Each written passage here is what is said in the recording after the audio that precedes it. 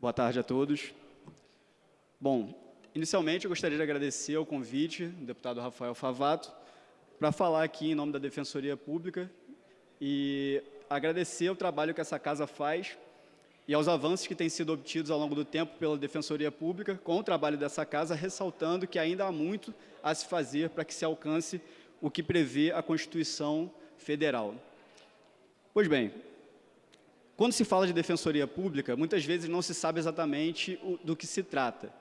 E aí eu gostaria, antes de tratar dos projetos da Defensoria Pública, esclarecer qual é esse papel institucional. E nesse ponto, me vale da Constituição, no seu artigo 134, que prevê o seguinte: a Defensoria Pública é a instituição permanente, essencial à função jurisdicional, incumbindo-lhe como expressão instrumento do regime democrático, fundamentalmente a orientação jurídica, a promoção dos direitos humanos e a defesa, em todos os graus, judicial e extrajudicialmente, dos direitos individuais e coletivos, de forma integral e gratuita aos necessitados, na forma do inciso 7.4 do artigo 5º dessa Constituição. Pois bem, o nosso Estado brasileiro, ele é tripartido em suas funções do exercício do poder. Nós temos, portanto, o poder legislativo, do qual essa casa faz parte, o poder executivo e o poder judiciário. Para que haja o desempenho adequado da função jurisdicional, há de se ter um quarto complexo orgânico que é composto pela advocacia, pelo Ministério Público e pela Defensoria Pública, cada instituição dessa atuando de forma independente e autônoma numa situação de igualdade, de paridade. A atuação da Defensoria Pública, e esse é o ponto mais relevante da fala, não se limita, portanto, à atuação na defesa de pessoas que não podem custear o acesso à justiça. Cabe à Defensoria Pública, por previsão legal, o exercício da defesa dos interesses individuais e coletivos de crianças e de adolescentes, idosos, pessoas portadoras de necessidades especiais, mulheres vítimas de violência doméstica e familiar e outros grupos vulneráveis que mereçam proteção especial do Estado. Então, para esses grupos que merecem proteção especial do Estado, existe a Defensoria Pública de forma com que se conceda uma tutela especial do Estado. E aí, a minha vinda aqui hoje, ela se deve para passar para os senhores a atuação da Defensoria Pública fora daquela atuação diária, que é aquela atuação numa vara de família, numa vara criminal, numa vara civil, perante a atuação ali de um juiz, do Ministério Público, essa atuação conjunta. A Defensoria Pública ela também atua de formas diversas dessa atuação ordinária. Exemplos dessa atuação é desempenhada por núcleos especializados da Defensoria Pública, que são aqueles núcleos que atuam em demandas mais estratégicas. E aí trago como exemplo a atuação do Núcleo de Direitos Humanos, que exerce um diálogo muito relevante com a sociedade civil e, fruto desse diálogo, há diversos avanços para a população que necessita de mais tutela do Estado.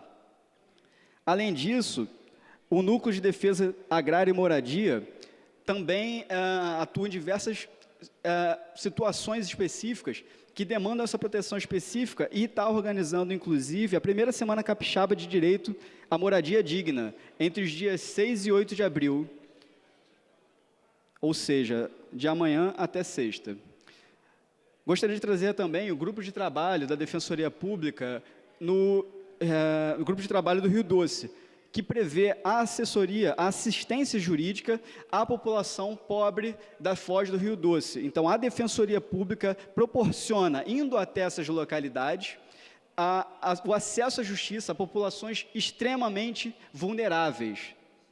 São populações ribeirinhas, pescadores, e com essa atuação da Defensoria, indo até povoação, indo até regência, indo a Camboriú, se proporciona um acesso à justiça a essa população que, de outra forma, dificilmente teria o acesso à justiça.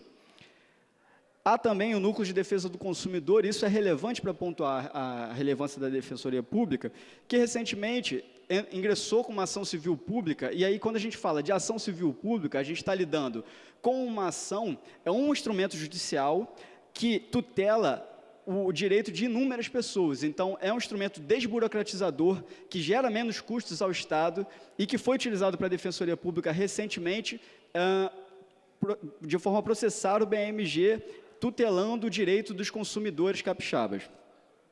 A gente tem também a atuação do Núcleo de Execução Penal, do qual eu faço parte, que tem diversos projetos, e em especial o que eu me propus a falar aqui, mas antes cabe a pontuar diversas atuações diferentes do que se espera em geral do sistema de justiça. Por exemplo, nós temos a atuação noturna em unidades prisionais. Então, a Defensoria Pública ela vai até a unidade prisional durante o período noturno, que é aquele período em que presos do semiaberto retornam à unidade prisional, e nesse período a gente proporciona o acesso à justiça àquelas pessoas que de outra forma não seriam atendidas pela Defensoria Pública.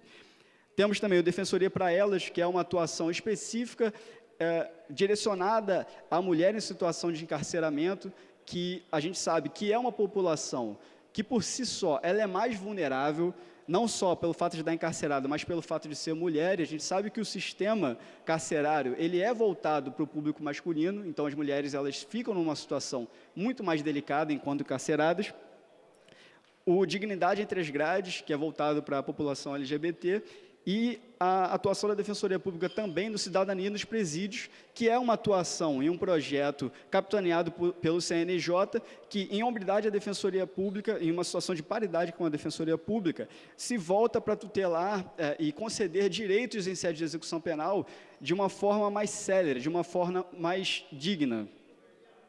E, por fim, temos o projeto do qual me ocuparei mais, que é o da Tranca para a Rua. Em que consiste esse projeto da Tranca para a Rua? Alguns defensores públicos que atuam em execução penal, eles explicam determinados conceitos jurídicos para as pessoas sentenciadas. E essas pessoas sentenciadas, que lá se encontram no presídio, obtêm acesso a esse conhecimento jurídico e, por meio das suas próprias palavras, eles explicam esses conceitos para outros sentenciados. Então, há a transmissão de conhecimento técnico da Defensoria Pública para aqueles sentenciados, e aquele sentenciado ele vai transmitir para outros sentenciados aquele conhecimento que ele obteve de uma pessoa formada em direito. Então, com isso, se rompe uma barreira jurídica que as pessoas que têm formação jurídica se valem muito. A gente, costumeiramente, a gente fala que quem é formado em direito fala em juridiquês, que é uma linguagem muito técnica, de muito difícil acesso a quem não é formado na área jurídica.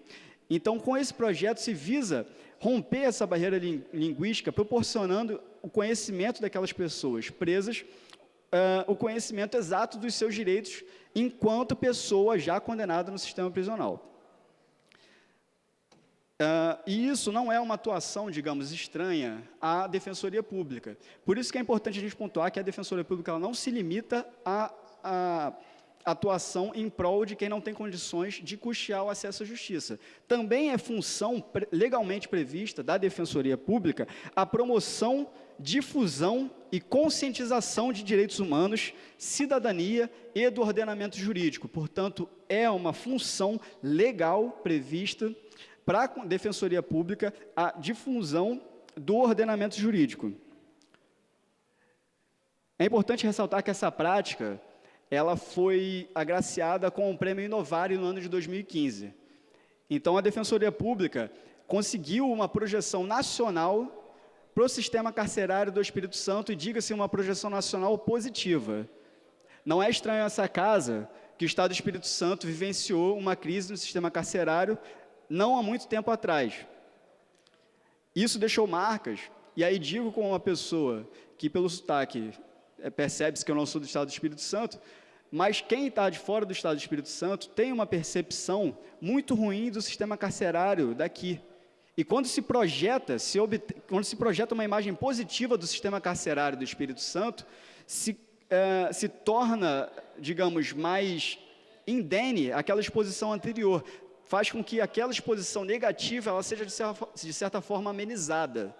Então, isso é muito relevante para o Estado do Espírito Santo, ter uma projeção diferente do que foi feito até a presente data. E isso tudo, ressalte-se, toda essa atuação da Defensoria Pública, ela é feita com um orçamento atual de R$ 64.813.000. 64 milhões. Em comparação com o Ministério Público, por exemplo, a gente tem um orçamento dessa instituição do Ministério Público de 380 milhões.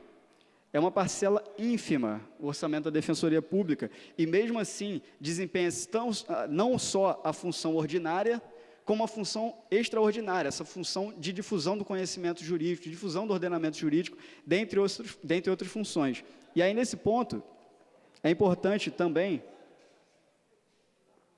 pontuar que, quando se fala em Defensoria Pública, a gente está lidando com uma instituição que ela obteve, sim, avanços de 2009 até a presente data. 2009 foi quando houve o primeiro concurso para a Defensoria Pública. Até a presente data, sim, houve incontestes avanços. Contudo, há um caminho infinito a se trilhar para que ainda se obtenha o papel que deve exercer essa instituição. Ressaltando, por exemplo, que desde janeiro até a presente data, 7 colegas saíram da carreira. 7 colegas saíram da carreira de março até a presente data. Isso é mais ou menos um percentual de 5% da carreira de evasão em 3 meses, de janeiro até março. Isso se deve, única e exclusivamente, à falta de estrutura dessa instituição. Em outros estados, a estrutura da Defensoria Pública, ela se encontra em paridade com a estrutura do Ministério Público e do Judiciário. Não é o que se encontra aqui no Estado do Espírito Santo ainda. E, nesse ponto, a Defensoria Pública conta, e não tem dúvida do trabalho dessa casa, que será feito para que se alcance um patamar adequado a essa instituição. Sem dúvida, reconheço, há avanços, sim, notórios da instituição, mas muito ainda há de ser feito para que projetos como esse, que projetem o Espírito Santo em âmbito nacional, não se tornem exceção, mas se tornem regra. Obrigado pelo convite. Obrigado a vós.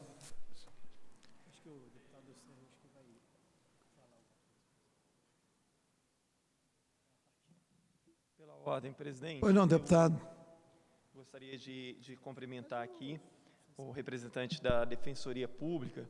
Em quase todos os eventos que a gente faz aqui, principalmente relacionado à juventude, à educação, a Defensoria sempre manda um representante. Eu já recebi no meu gabinete também alguns defensores para falar de assuntos variados. A Defensoria, nesse aspecto, mostra-se muito mais comprometida do que o próprio Ministério Público, que a gente sempre faz convite, mas geralmente não mandam representantes. Você falou sobre o orçamento, que comparado ao Ministério Público realmente é um orçamento muito, muito ínfimo. Quantos defensores existem no Estado hoje? Essa contabilidade ela é muito difícil, até porque a todo momento se perde um defensor público. Como eu falei, de março até agora foram menos 7. Entendi. Salvo engano, havia coisa de 180 defensores públicos, mas na atualidade deve ser cerca de 170, salvo o melhor juízo. Você mencionou, não sei se eu entendi... Deputado, desculpa interromper o senhor, só para lembrar, o Ministério Público e o Judiciário, eles contam com cerca de 400 membros cada instituição dessa. Então, a Defensoria Pública tem menos da metade dos membros. Muito obrigado. Você falou sobre a imagem do sistema penitenciário do Espírito Santo, que sempre foi muito negativa e que houve alguns avanços, né? Mas ainda é muito ruim, né? Inegavelmente é muito ruim. E nós temos uma preocupação especial com os IASs, né, que ali são medidas, não é um sistema penitenciário, mas medidas socioeducativas que não são cumpridas pelo Estado, efetivamente, né?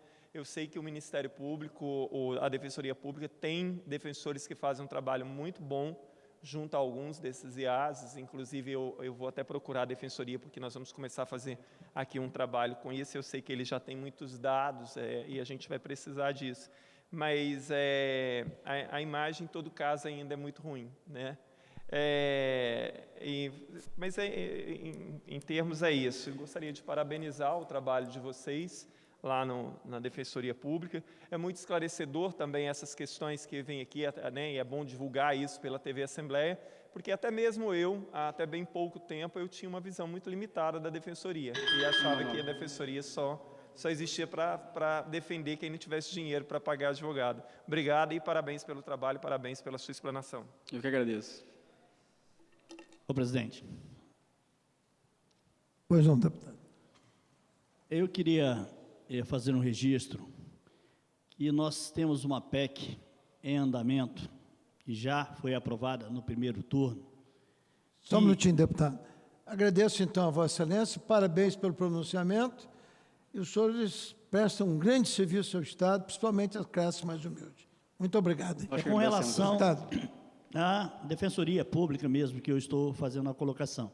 Então, nessa proposta de emenda constitucional, nós já votamos em primeiro turno, foi acordado com o governo que o segundo turno seria votado a partir de agosto do ano passado, e até o presente momento, esta proposta de emenda constitucional não entrou. Isso atrapalha os trabalhos da Defensoria. Hoje, o que se paga aos defensores dativo nos municípios de interior, onde não tem defensoria, é muito maior o valor do que o valor que é pago ao defensor.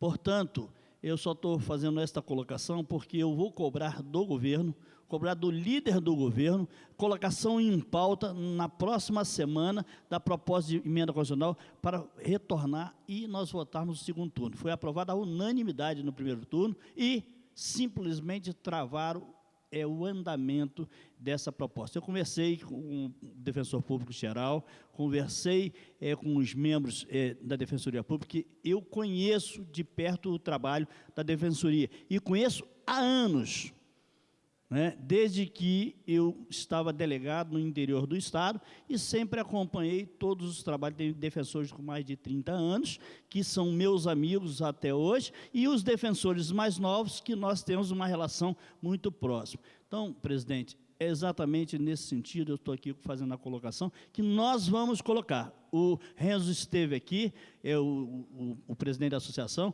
ele esteve aqui, conversamos, acordamos com o governo, de votarmos no segundo turno, e até o presente momento não foi enviado para esta casa, presidente. Nós não podemos ficar refém deste processo de retaliação a um órgão tão importante como a Defensoria Pública, porque isso é uma retaliação, porque não estende a Defensoria Pública para todos, e quando se paga lá, o serviço não é feito com o amor, com o zelo, com a probidade administrativa que tem que se ter. Muito obrigado. muito obrigado a Vossa Excelência.